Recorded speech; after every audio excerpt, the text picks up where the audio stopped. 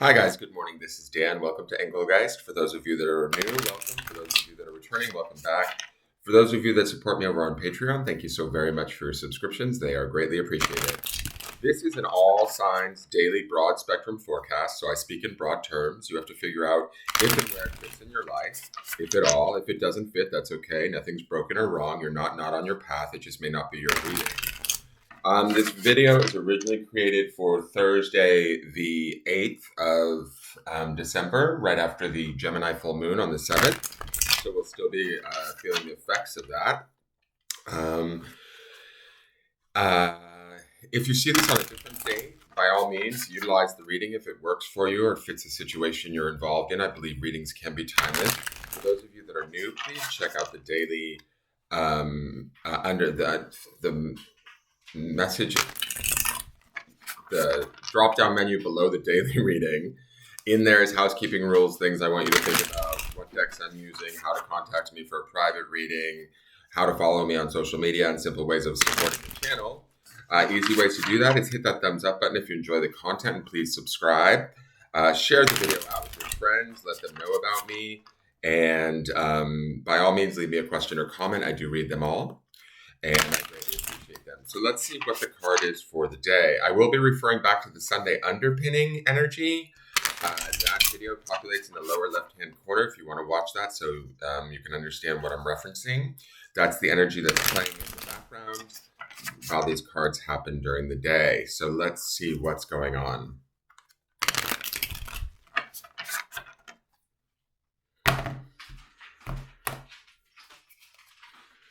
So our card for the day is the Ten of Cups. I dig this card. They are quite happy.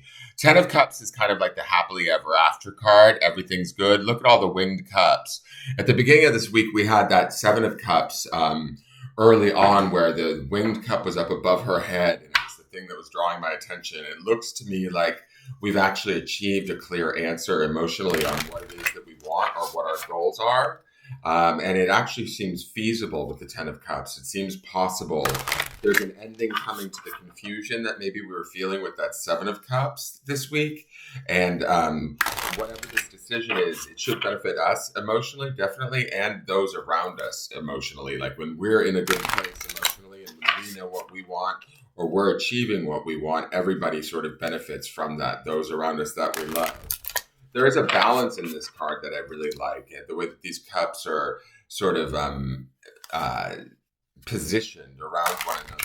It also feels like a sense of protection emotionally. So we might be feeling protected, guided, and secure in our emotions, feeling like we've reached a completion point or an understanding, a clarity that we've needed. And that could be due to that Gemini full moon, Gemini being an air sign and a clarity of the mind, right? We may be letting go of some of the things that were standing in the way of us obtaining this happiness or this joy.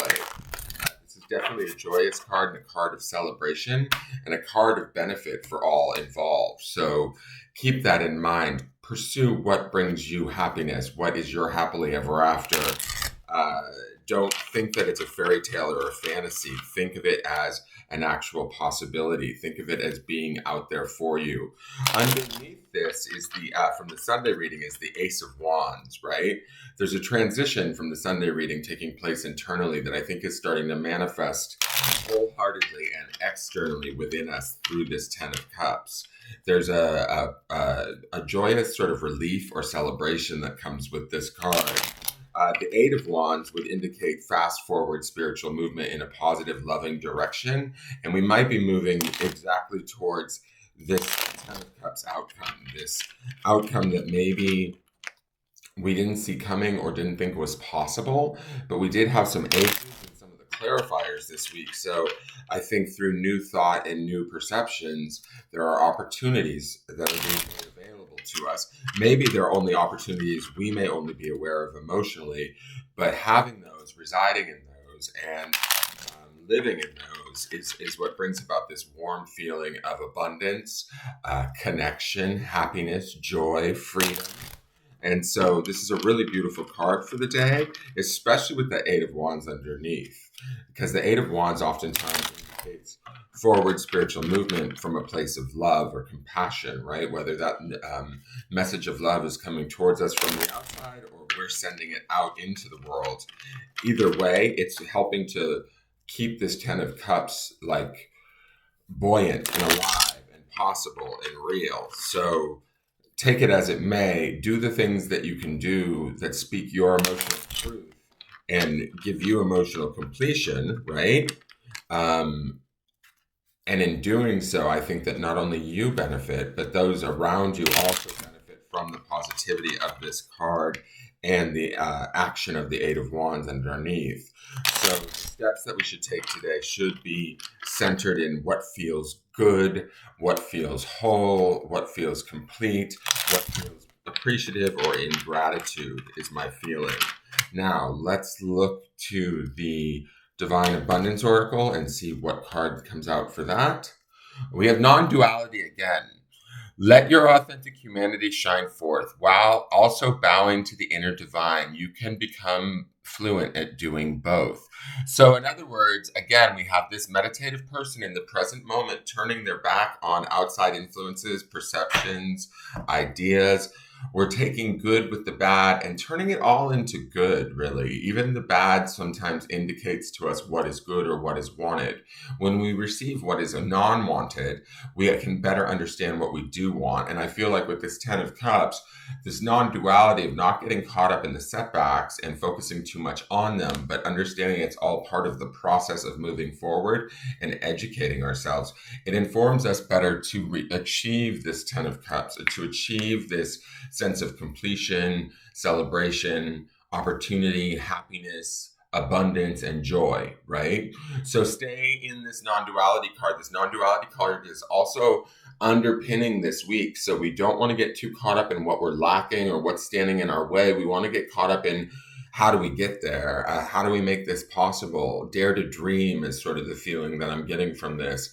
Don't let anybody sort of take your cups away from you. Allow yourself to move wholeheartedly towards those cups from a centered, grounded, vibrant place. That red around this meditative body, that Enneagram, speaks to the power of the fire in the wands, the Eight of Wands that's happening in this midweek. We're heading towards it as long as we maintain our focus, and that focus comes from a place of passion, love, desire, action, from a compassionate place. Now let's look to the clarifiers. We have the Four of Swords. This is about introspection. When I was saying he's got his back turned and he's not taking in anybody's outside opinions, that would be the Four of Swords. Four of Swords is about clarity of the mind, getting foundationally clear on what it is we want and how we communicate it, even if we're only communicating it to ourselves. This could be a withdrawal from our community or the people around us so that we can get clear on our thoughts. It is also a card of healing, right? Taking that time for ourselves to heal, like the confusion or any sort of questions that we may have been having. The Four of Swords indicates go inward, go inward with your thoughts and sit with your thoughts and understand them. And understanding from a place of non-duality, like even the negative thoughts or the thoughts that say I can't do it, they serve a purpose because they actually teach us how to get beyond them. The Four of Swords indicates move slowly or, make no movement at all. Just work on clarifying your mind. The second card is the Devil. So I feel like these two are in direct contrast with one another. The Devil would represent this non-duality thing, is the negativity that it might surround us or the blocks that may be around us, the addictions or the restraints that are placed upon us through fear, through intimidation, through impossibility that we need to contend against. We need to almost meditate towards.